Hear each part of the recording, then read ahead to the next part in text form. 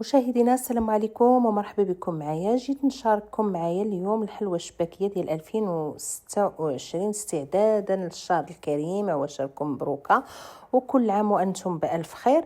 ايضا غادي نشارككم الطريقه ديالي باش كندير التشباك اللي كيجي ناجح 100%، وغنحاول نبسطو ما امكن باش حتى المبتدئات والبنات اللي ما عمرهم ما خدموا الحلوى الشباكيه يمكن لهم انهم يصايبوها في المنازل ديالهم بكل سهوله، مع الشرح ديال التشباك وايضا الشرح ديال الطريقه بالكامل والمقادير.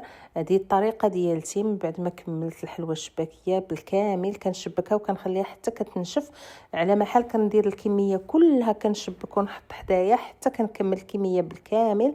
عاد اللي كنبدا في القلي. تفضلوا معايا نشوفوا المقادير ونشوفوا الطريقه ديالتي، ربما تنال الاستحسان ديالكم وتجيكم بسيطه حتى للمبتدئات ويجربوها.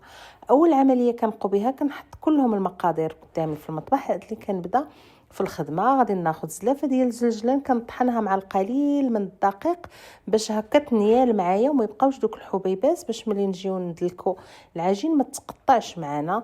نفس الشيء غادي ناخذ زلافه ديال اللوز بدورها حتى هي طحنتها مع القليل من الدقيق حتى ولات نيله تماما. كلهم المقادير كنطحنهم مع القليل من الدقيق باش كينيالوا معنا في الماكينه وما يتعجنوش. كاس ديال حبه حلاوه والنافع ايضا كنضيف عليهم الدقيق وكنطحنهم جيدا. نمزج كل العناصر. غادي نضيف هنايا مزجت مع الدقيق المسكه الحره، زعفران الحر وطحنتهم ايضا غادي نضيفهم غير باش ينيالوا جيدا. ثم غادي نضيف واحد راس معلقه صغير جدا ديال سكينجبير كيعطي واحد النكهه خاصه انا كنستعملو في الحلوى الشباكيه ديالي هو، والقرفه معلقه كبيره ديال القرفه. درتها في هذا الطبسيل غير باش غربلتها باش نحيد هذيك القرفه اللي ما كتكونش مطحونه مزيان وتكون نيله. قبيصه ديال الملحه. ايضا غادي نضيف كاس ديال زيت الزيتون. ضروري اننا نديرو هاد الكاس ديال الزيت. اللي ما كيتوفرش على زيت الزيتون يمكن له يضيف زيت نباتيه، غير هو زيت الزيتون كيتواتى جيدا مع هاد الحلوى. هنايا عندي نص كاس ديال الخل راه ضروري في الحلوى، الا ما درناهاش كيجي قاصحه الحلوى. غادي نضيف كاس نصف كاس ديال الزبده، واللي بغى يضيف حتى كاس راه كتجي مزيانه. غير ملي يديرها يبسو مع الدقيق مزيان، نخلطوا الكل جيدا. عاد اللي نضيفوا ماء الزهر. هنا غادي نضيف اصفر البيض. كاين اللي ما كيعجبوش يضيف الاصفر ديال البيض على اساس انه كيطلق واحد شي شويه الكشكوشه في القلي، ولكن انا كنضيفو كندير خماره حمراء ديال الحلوى.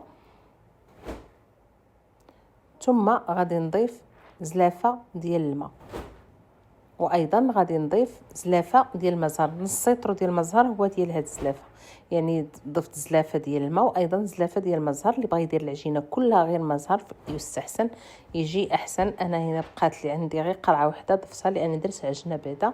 وهذه العجينه الثانيه غادي نضيف واحد راس معلقه ديال الخميره ديال العجينه، غير راس معلقه صغير جدا ديال الخميره ديال العجينه. انا عندي هنايا الخميره حبيبات ضفتها.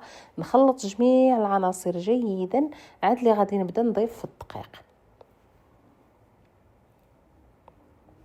غادي نبقى نضيف في الدقيق وانا كنعجن في العجين. انا نضيف في الدقيق وانا نعجن في العجين حتى تجمع معايا العجين جيدا.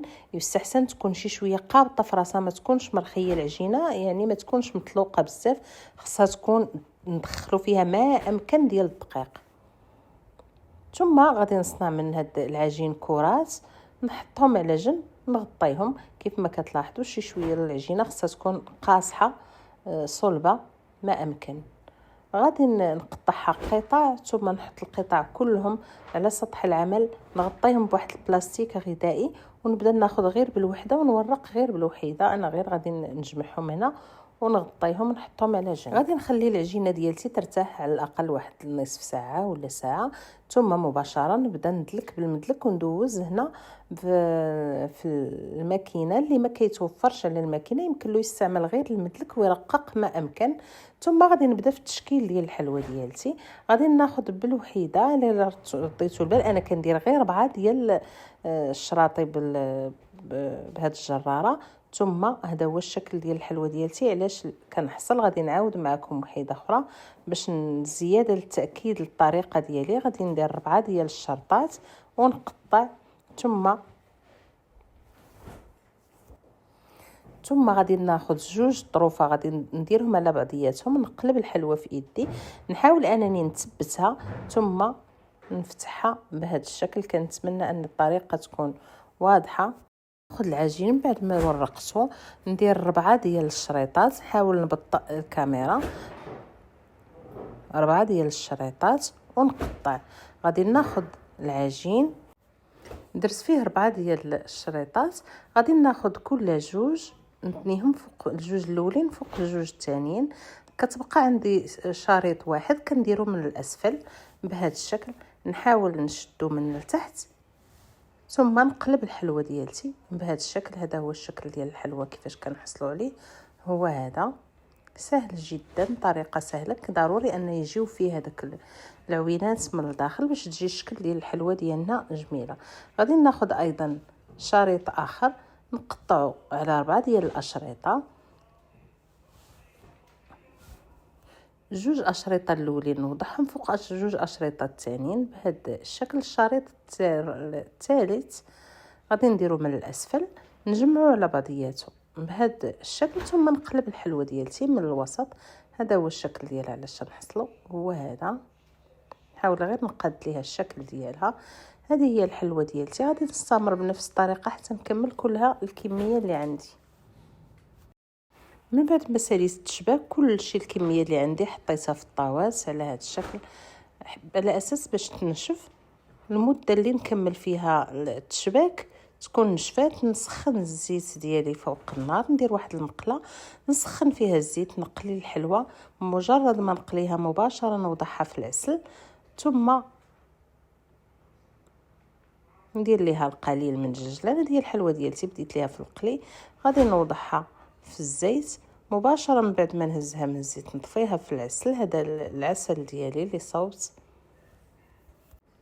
الكميه اللي قليتها غادي نطفيها في العسل ثم مباشره درت 2 مقلات غير باش نسرع ما امكن الحلوى ديالي. ندير ليها الجلجلان ثم نحط في طبق تقديم. كانت هذه هي الفكره ديال اليوم. كنتمنى ان الحلوى ديالتي تكون واضحه والطريقه تكون مبسطه. شكرا على حسن المشاهده. هذا هو الشكل ديالها علاش كنحصل، هو هذا. كتجي لذيذه بزاف بهاد المقادير اللي درت، وايضا كتجي كميه، انا هنايا درت كميه كبيره. كنتمنى ان الحلوى ديالتي تنال الاستحسان ديالكم، وشكرا.